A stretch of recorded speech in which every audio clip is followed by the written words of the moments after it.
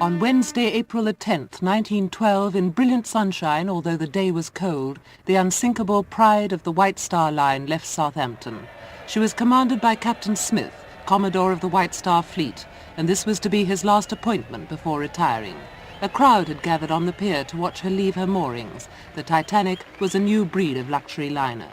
The route for this maiden voyage took her to Cherbourg and Queenstown, where she took on emigrants bound for the New World. Among her passengers were many of the wealthy and influential, with, according to one calculation, combined assets of £120 million. There was something about the Titanic. It was so very formal. It was so stiff. The atmosphere was stiff. The coziness, well, you know, the kind of get-together feeling, it didn't exist. I always remember going up on the lift. A little boy said to me, "You know, madam, it's quite an honor. I'm only 14 years old. I'm a lift boy." But we were sleeping six in a bunk, and we were treated like as if we were in a third-class restaurant as regards the food. We were not allowed to go in any part of the ship except the deck that we were allowed to go on it. If you were rich, the decks provided a sumptuous way of life. The band played the gayest tunes and American ragtime dances, and in the splendor of the Café Parisien, the light melodies of the day.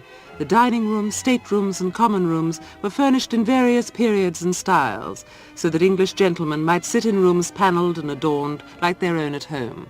And so that those extra good food inches could be counteracted, they even provided a splendidly equipped gymnasium. On Sunday evening, April the 14th, the night of the gala dinner, the band was playing, the millionaires were drinking at the bar, the Titanic was aglow with glittering lights. Then 3 rings on the bell gave the alarm from the crow's nest, and a shout down the telephone, "Ice ahead." The time was 11:40. There was a very slight bump, just a little jar, nothing at all. I went in my room. There was a second light jar, nothing of consequence. But you knew something had happened, and one man said, "Look at that.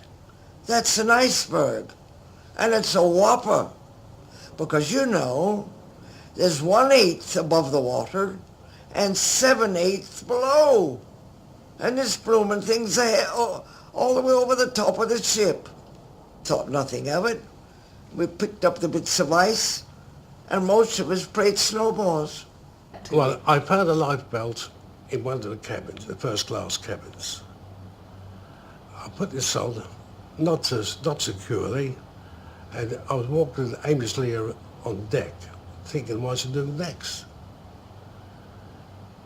And looking over the side, I saw the boats being launched for the survivors, and it was women and children first, so I had no chance there. And while I was looking over the side of the boat, one of the crew in the lifeboat shouted out to me to jump. Well, I didn't actually jump off the boat. I crawled across the davits, came down the falls, dropped in the water, and I was picked up with a boat that returned to pick me up. A little while later, a man came to my door. His teeth were chattering. He said, "Madam, get up, get out. Do you know, they're making the women and children leave in lifeboats. They say you're coming back for breakfast. You know, these crazy English, they do anything. They make you get up and go off in boats and go off and come back for breakfast. What do you think of that?" But before I went, I locked every window in my 3 staterooms and closed every trunk and locked every trunk and took the keys with me. 19 keys for 19 trunks. I had on my evening slippers, diamond buckles. No, not real diamonds, but diamond.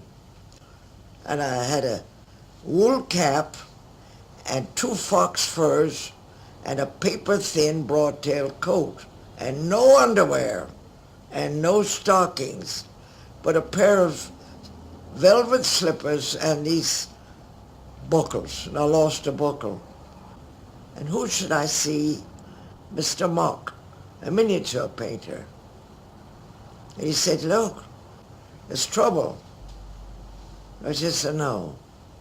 Well, he said, you'll have to jump now into the lifeboat. I said, jump?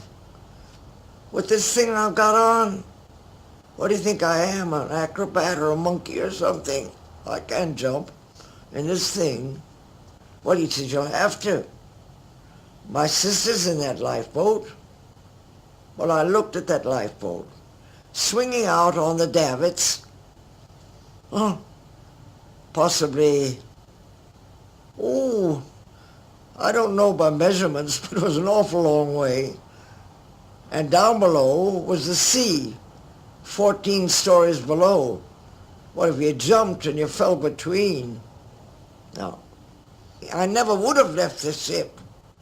But a sailor came along and he said, say you don't want to be saved. Well, I'll save your baby. And he grabbed this pig from under my arm and he tossed it in the lifeboat. And I turned to this man Monk and I said, that does it. But when they threw that pig, I knew it was my mother calling me. You know, when we look at the figures, there were less people saved from the steerage class. That's right. Than they were from the first Quite class. right, because they were not allowed to go on a first class deck. And that was the only way one could be saved. Yes. In the wireless cabin, the two operators, Phillips and Bride, flashed out signals for assistance until the deck was awash. Did the band actually play music while the ship went down? No. I heard the band playing when the boat struck, when I first tried to get on the deck. But when I decided to jump off the boat, I actually saw the band standing back with the instruments. I don't doubt that they were playing music. Other people heard it. But when people say that music played as the ship went down, that is a ghastly, horrible lie. Arthur Lewis, a bedroom steward, was saved because he was detailed to row one of the lifeboats. What were the other passengers like in the lifeboat? Well, they never spoke, you see. There's women and children in the boat all night, but they never spoke. They just sat back down there waiting to get picked up. But you never talked to each other? No, well, we didn't know one another, so we couldn't get in conversation. And then the horrible fear was in my heart, and I think everybody else's, that the dreadful, dreadful suction that had drawn us towards the Titanic would suck us under the Titanic.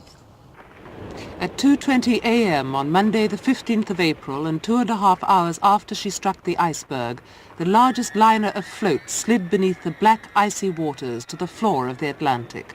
The Titanic carried a total of 2,206 passengers and crew. 703 people survived. The total loss of life was 1,503.